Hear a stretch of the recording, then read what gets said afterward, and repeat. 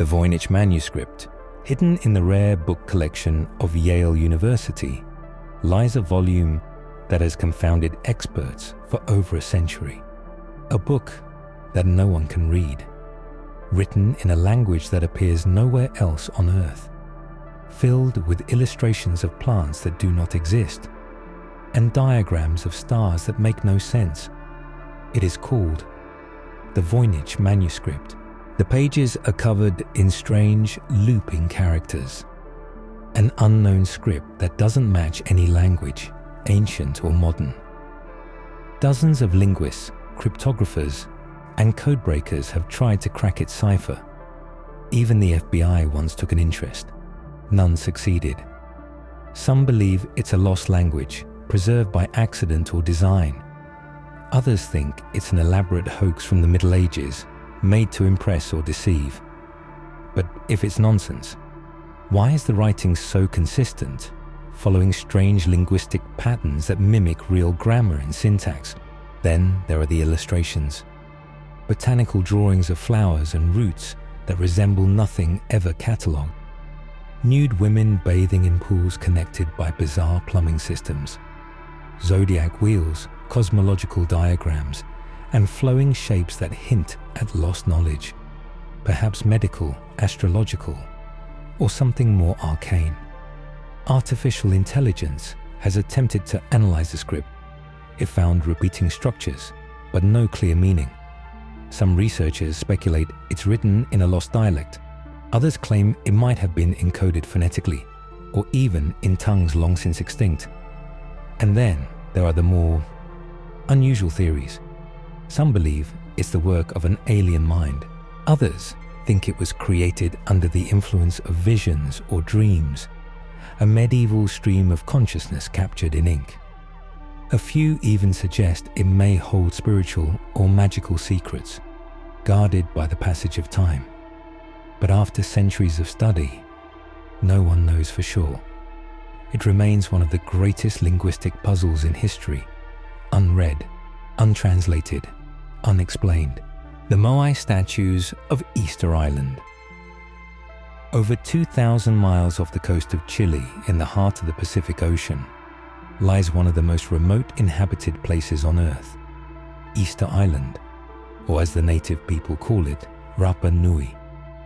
Scattered across its volcanic landscape are nearly 1,000 massive stone figures, some towering over 30 feet tall. Their solemn faces gaze silently over the land, as if guarding secrets too old to speak. These are the Moai, and for centuries they have stood as one of history's most haunting enigmas. Carved from volcanic tuff, using primitive tools, these statues weigh up to 80 tons, and yet they were somehow moved miles from the quarry, through forests, across hills, and over uneven terrain, with no beast of burden, no wheels, and no modern machinery. How? Legends say the Moai walked, brought to life by ancestral magic. Scientists suggest complex systems of ropes and manpower. Some researchers have even successfully walked replicas by tilting them side to side. But the question lingers: how did a small island population with limited resources organize such a feat hundreds of years ago? And then there's the collapse. At their peak, the Rapa Nui people built thriving communities and erected hundreds of Moai. But by the time European explorers arrived in the 18th century, the island was in ruins. Statues lay toppled, forests vanished, and the once proud society had descended into chaos. Was it war, ecological disaster, cultural upheaval, or was the collapse tied to the very statues they had so obsessively raised? Despite decades of study, no single theory can fully explain the mystery of the Moai. Who carved them? How were they moved? Why were they abandoned? And most chilling of all, what story are they still trying to tell? The Baghdad Battery. In the 1930s, while excavating the ruins of an ancient village near modern-day Baghdad, archaeologists unearthed something that didn't belong. It was small, only about 6 inches tall, a simple clay jar with a copper cylinder inside, and nestled within that, an iron rod. At first glance, it looked like nothing more than an odd container. But when examined more closely, this 2,000-year-old artifact revealed a startling possibility. It might have been a battery when filled with an acidic liquid, like vinegar or lemon juice. Replicas of this ancient jar produce a small but measurable electrical charge, enough to power a weak current, enough, perhaps, to electroplate gold onto silver, enough to raise an unsettling question. Did the ancients understand electricity? This so-called Baghdad Battery dates back to the Parthian or Sassanid period, long before Benjamin Franklin flew his kite, before Edison and Tesla waged their war of currents, before we thought anyone had even imagined such a force. Mainstream scholars hesitate to call it a real battery. There's no direct evidence it was ever used to generate electricity. No wires, no records, no mention in texts. But the components are all there, and they weren't found together by accident. They were sealed within the same vessel, buried in the same place, forgotten for centuries. Some theories suggest they were used for electrotherapy or religious rituals. Others argue they were merely storage containers, misinterpreted by modern minds eager for wonder. But the design is too specific to dismiss, too intentional to ignore. If ancient civilizations truly harnessed electricity, even in a limited form, what else did they know? And more importantly, what have we forgotten? The disappearance of the Indus Valley Civilization. Beneath the dust of present-day Pakistan and northwest India lie the remains of a civilization as old as Egypt and Mesopotamia, yet strangely silent. This was the Indus Valley Civilization, a sprawling network of advanced cities that flourished over 4,000 years ago. At its height, it was home to over 5 million people, living in meticulously planned urban centers like Harappa and Mohenjo-daro.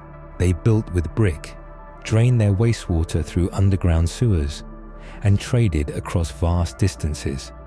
Their cities were laid out in perfect grids, with public baths, granaries, and homes outfitted with private toilets, a level of urban planning unmatched in the ancient world. And yet, we don't know what they called themselves. Their script, etched into seals, pottery, and amulets, remains undeciphered to this day. No king lists, no epic poems, no records of war or conquest, just fragments of a story lost in time. And then, just as suddenly as it rose, it vanished. By 1900 BCE, the cities were abandoned, the bricks crumbled, the script went silent. No trace of a cataclysm, no armies sweeping through, no clear sign of plague or famine.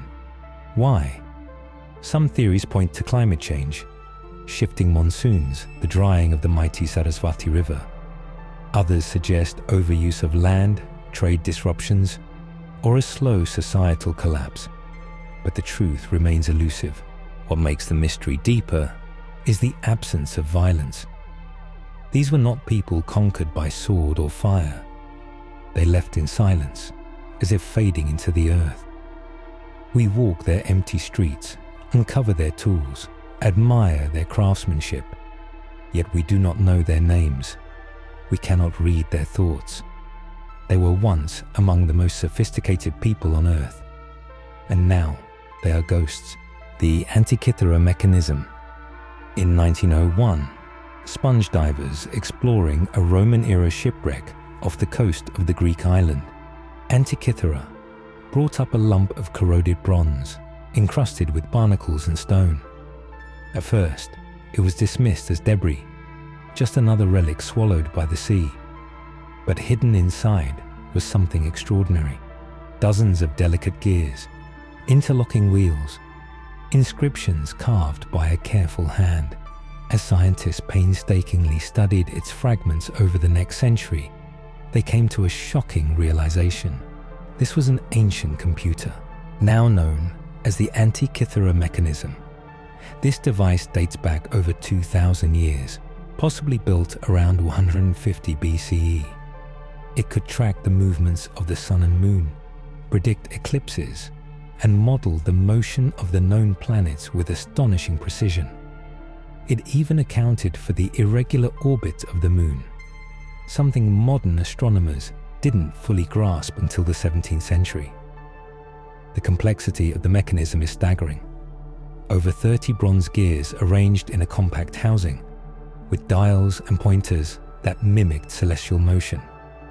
It's unlike anything else from the ancient world. In fact, no comparable technology appears again in the historical record for over 1,000 years, so the questions begin to multiply. Who built it? What knowledge was lost with its makers? And how many more of these devices were never found? Or worse, destroyed? Some suggest it was the product of a single genius, perhaps inspired by Archimedes. Others believe it was part of a wider tradition of Hellenistic engineering, now buried under time, war, and fire. But the most haunting possibility is this. What if this was not the pinnacle, but a fragment? A surviving shard from a forgotten age of science and precision, whose legacy was cut short, its inventions erased before they could shape the world. We hold the mechanism in our museums now. We scan it with X-rays and 3D models, and still, it stares back, a whisper from a time more advanced than we dared to imagine. But which of the mysteries presented today do you think is the most interesting? Please leave your answer in the comments. And as always, thank you for watching.